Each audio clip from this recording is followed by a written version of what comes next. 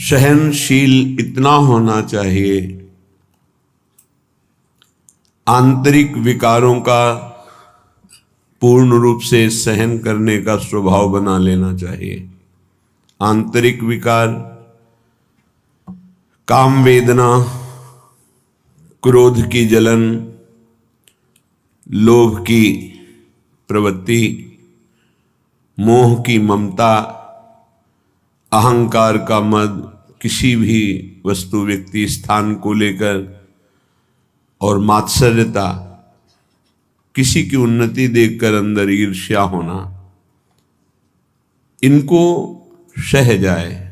ऐसा नहीं कि उपासक के हृदय में ये स्फुरित ही नहीं होते, ये तो सिद्धों के हृदय में स्फुरित नहीं होते, लेकिन साधक के हृदय में स्फुरित होते हैं। पर वो इनको सहता है, इनके अनुसार कोई चेष्टा नहीं करता।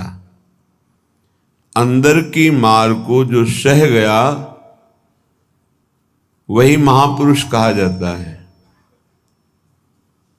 जो मद को, मोह को, मदन को, तीन को परास्त करता है उसे महापुरुष कहते हैं। कोई अहंकार नहीं, कोई भी काम कामना वासना नहीं, किसी से कोई मोह ममता नहीं, सब में अपने भगवान का स्वरूप देखकर सब जीवन शो प्रीति। मद मदन मोह विजयी वो महापुरुष। तो विजयी होने के लिए इनको सहा जाता है, बस इसी से आप जीत जाएंगे और ये हार जाएंगे। जिसने सहने का निश्चय कर लिया वही महाभागवत। सहत सहत बाढ़े भगति, उसके हृदय में भक्ति का प्रतिपल ऐसा स्वरूप बढ़ता रहता है कि वो अन्य का चिंतन करने की वृत्ति ही खो देता है, अनन्य चिंतन में डूबा रहता है। बाहरी कोई गाली दे, मारे, तिरस्कार करके निकाल दे, सह जाओ,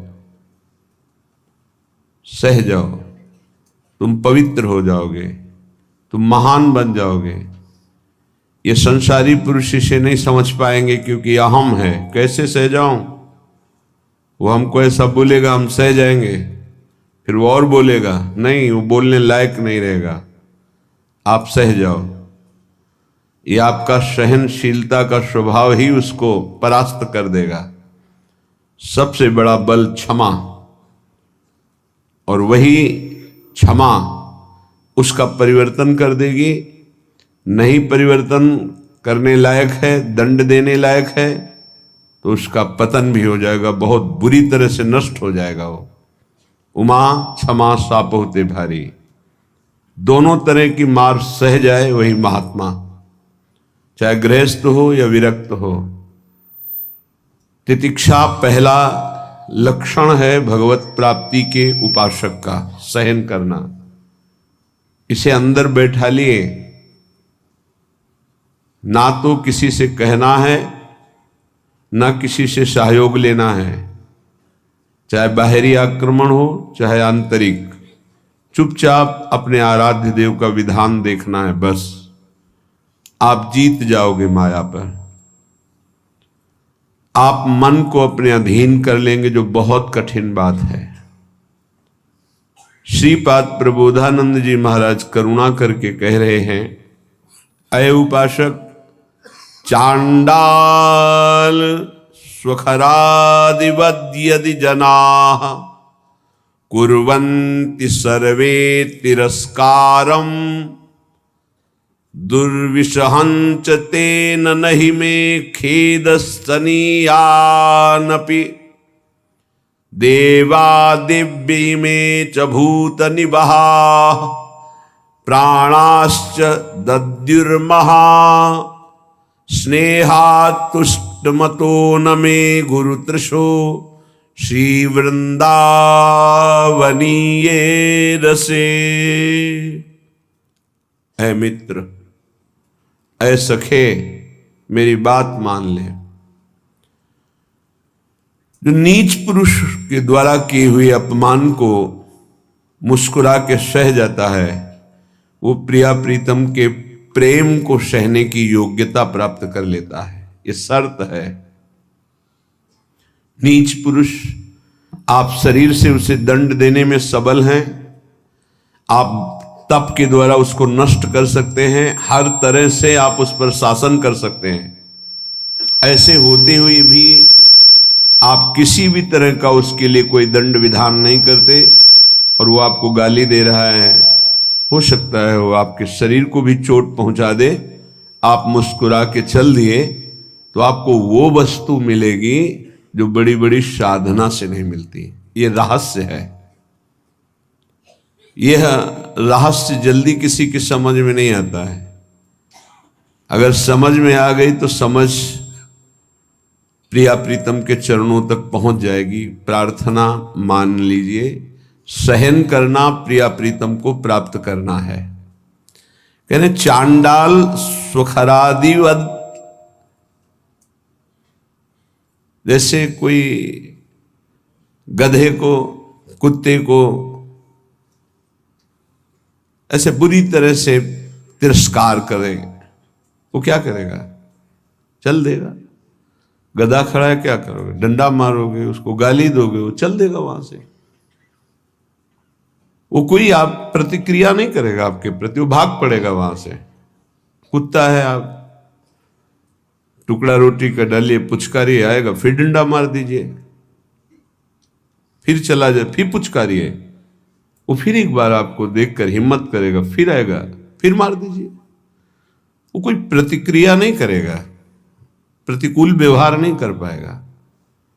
ऐसे एक बार परमहंस श्री स्वामी ओंकारानंद सरस्वती जी महाराज उनके चरणों में बैठे हुए थे, तब उन्होंने कहा, बच्चा, साधु को इतना सहनशील होना चाहिए जैसे कुत्ते का। कुत्ते का सहनशील स्वभाव, उसे टुकड़ा डालो, पुचकारो, आ जाएगा, डंडा मारो, भाग जाएगा, फिर बुलाओ, फिर आ जाएगा, उसको मान अपमान का कहीं कोई बोध नहीं। ऐसे ही कई बार साधु का अपमान हो, फिर आओ अच्छा ले लो रोटी, फिर गाली दे, फिर भगा दे, फिर आओ अच्छा ले लो। उसको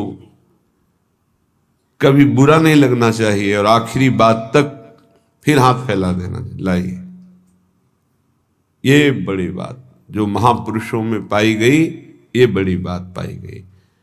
मानापमान का किंचन मात्र भी कोई प्रभाव नहीं। श्वान की तरह जैसे उसको मान अपमान का कोई, तब वो त्रिभुवन पूज्य ब्रह्मा के द्वारा भी नमस्कार योग्य हो जाता है। ऐसे महापुरुषों के पीछे भगवान डोलते हैं कि इनकी चरण रज हमारे ऊपर पड़ जाए। स्वयं भगवान कहते हैं, मैं ऐसे भक्तों के पीछे डोलता हूं। निरपेक्षम मुनिम शांतम निर्वैरम शम दर्शनम अनुब्रजाम्य हम नित्यम पूये त्यंगुरेणु भी। हे, बहुत बढ़िया अवसर है, सह जाओ। जब कर्म भोग आता है तो किसको गाली दोगे? सहते हो ना, तो एक कर्म भोग मानकर सह जाओ। अंदर विकार आवे तो सह जाओ, बाहर कोई अपमान करे, गाली दे तो सह जाओ। बहुत ऐसे स्थान पर पहुंच जाओगे जहां सुख ही सुख है, दुख का लेश नहीं है। और ये अपमान करने वाले, निंदा करने वाले वहां पहुंचाने में हमारा बड़ा सहयोग करते हैं। इसलिए कभी इनका बुरा ना सोचे। करत जे अनशहन निंदक तिन्हु पे अनुग्रह कियो। हे भगवान, इनको कभी दंड मत देना, इनकी बुद्धि शुद्ध कर दो, इनका शरीर स्वस्थ रहे। नाथ, ये तो यंत्र मात्र हैं आपके मंगल विधान कराने में, हम इनको बिल्कुल दोषी नहीं मानते। ऐसा स्वभाव भक्तों का होता है। कह रहे हैं कि नीच पुरुषों द्वारा, जैसे चांडाल आदि हैं, चांडाल कहते हैं जो चतुर्वर्ण से रहित, जो मांस मदिरा व्यभिचार हिंसा इस तरह के आचरण करता है, उसे चांडाल कहते हैं। तो कुछ भी खा सकता है। शास्त्रों में कुत्ते का मांस खाने वाला, ऐसे नाना प्रकार के कुमार्गगामी प्रवृत्तियों में जो हर्षपूर्वक चलता है उसे चांडाल कहते हैं। ऐसों के द्वारा भी यदि इस तरह से अपमान किया जाए जैसे कुत्ते और गधे का, स्वखरादिवद यदि जना कुर्वन्ति सर्वे तिरस्कारम, यद्यपि दुर्विशहंच, सहन करना ये साधारण पुरुषों की हिम्मत नहीं है, ये केवल महात्मा की हिम्मत है, दूसरे की ताकत नहीं।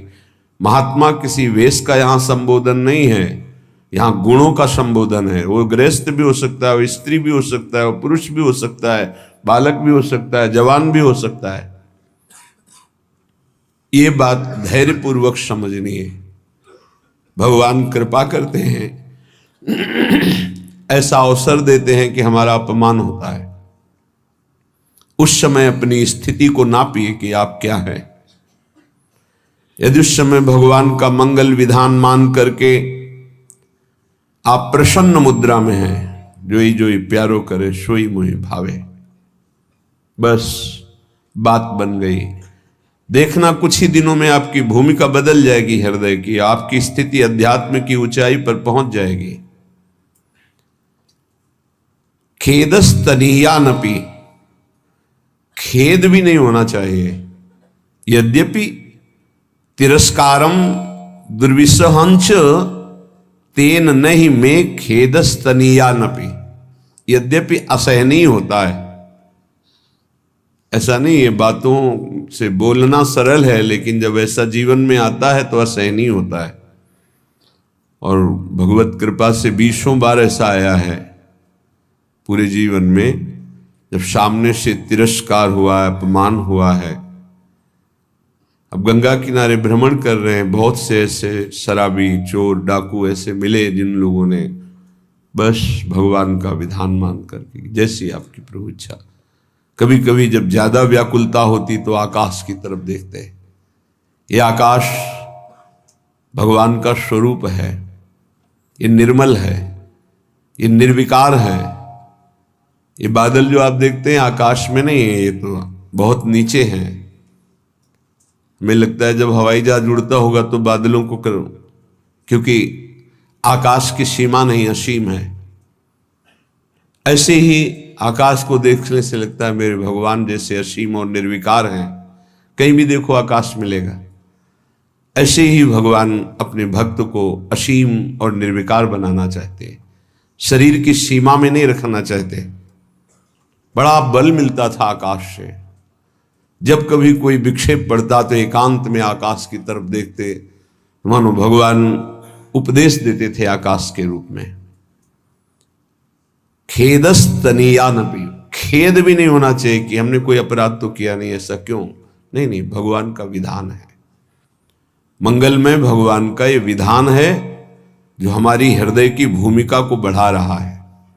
आप कहेंगे भगवान का विधान साधकों के साथ तो जाने दो, सिद्धों के साथ वो करते हैं। बड़े बड़े सिद्धों को यही अपने ब्रज में पंडित रामकृष्ण बाबा जी महाराज, बड़े सिद्ध महापुरुष, संपूर्ण ब्रजमंडल के परम पूजनीय, ब्रजवासियों के द्वारा अत्यंत दुलार किए गए और संपूर्ण शास्त्रों के मर्मज्ञ और भावदेश में प्रवेश पाए हुए महापुरुष। कुछ धनी मानी भगत आए, ब्रजवासी और संतों का भंडारा किया, सब बांट दिया। शाम के कुछ लोग आए, कहा सुना था धनी मानी आए थे, क्या है लाओ मुझे। बाबा ने कहा यहाँ तो कुछ नहीं रखा गया, सब बांट दिया। एक लाठी मारी, रक्त प्रवाह होने लगा। कुटिया में गए, देखा वास्तविक कुछ नहीं था। तो उनका अच्छा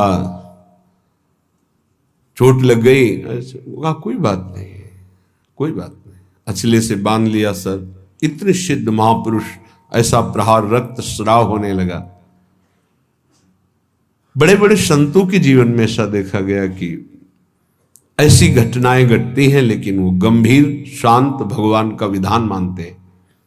तो साधक को ऐसी परिस्थिति में भगवान में चित्तवृत्ति लगा लेनी चाहिए कि कोई मंगल विधान है जो हमारे पापों का शमन कर रहा है, जो हमें पवित्र कर रहा है, जो हमारी अध्यात्म की भूमिका को उठाने के लिए भगवान ने ये लीला रची है, सह जाना चाहिए। देवा देव्य इमे च भूत निवहा प्राणाश्च दद्युर्महास स्नेहास तुष्टमतो नमे गुरुतृषो श्री वृंदावनी ये रसे।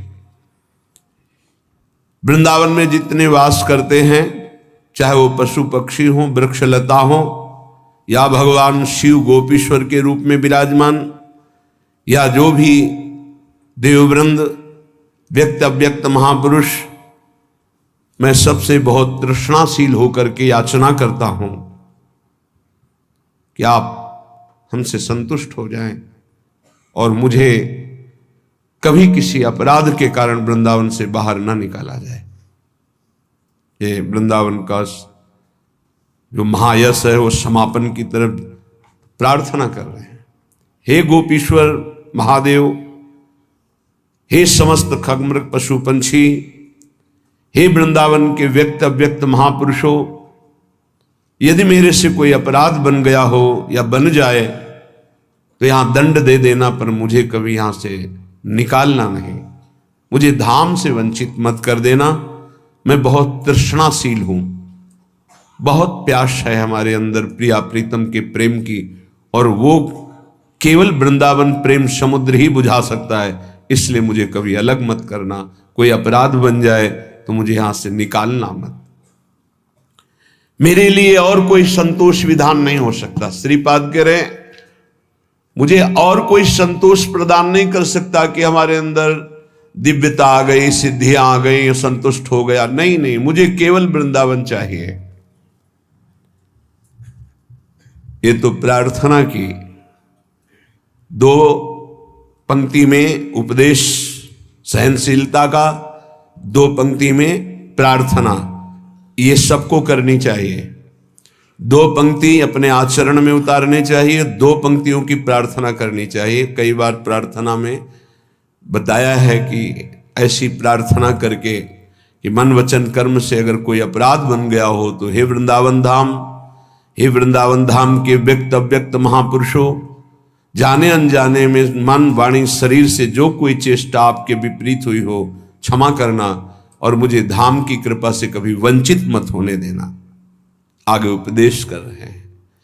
भ्रातः समस्तान् साधनानि विहाय वृंदावनम स्वाश्रयस्व यथा तथा प्राक्तन वासनावास शरीरम वाणी हृदय विचेष्टता। भाई भ्राता, हे भाई, मैं बहुत अनुभव करके बता रहा हूं। समस्तान्य साधनानि विहाय, साधनों को बल छोड़ दो। ये अहंकारी को समझ में नहीं आता। उसको लगता है कि अगर साधन का बल छोड़ दिया तो साधन में रुचि नहीं रहेगी, तो बात फिर कैसे बनेगी, फिर तो असाधन हो जाएगा, मतलब आप शरणागत नहीं हो। इष्ट का बल नहीं है, आपकी क्रियाओं का बल है। आप जिसे साधन कहते हो वो क्रिया बल है। क्रिया बल है तो कितनी भी पवित्र क्रिया हो वो मूढ़ता नहीं छूटती, और मूढ़ पुरुष कभी परम पद का अधिकारी नहीं होता।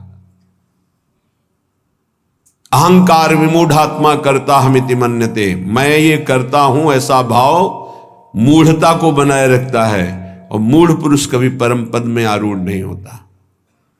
तो क्या करे, साधन छोड़ दे? नहीं, साधन छोड़ने की बात नहीं कह रहे, साधन का आश्रय छोड़ने की बात कह।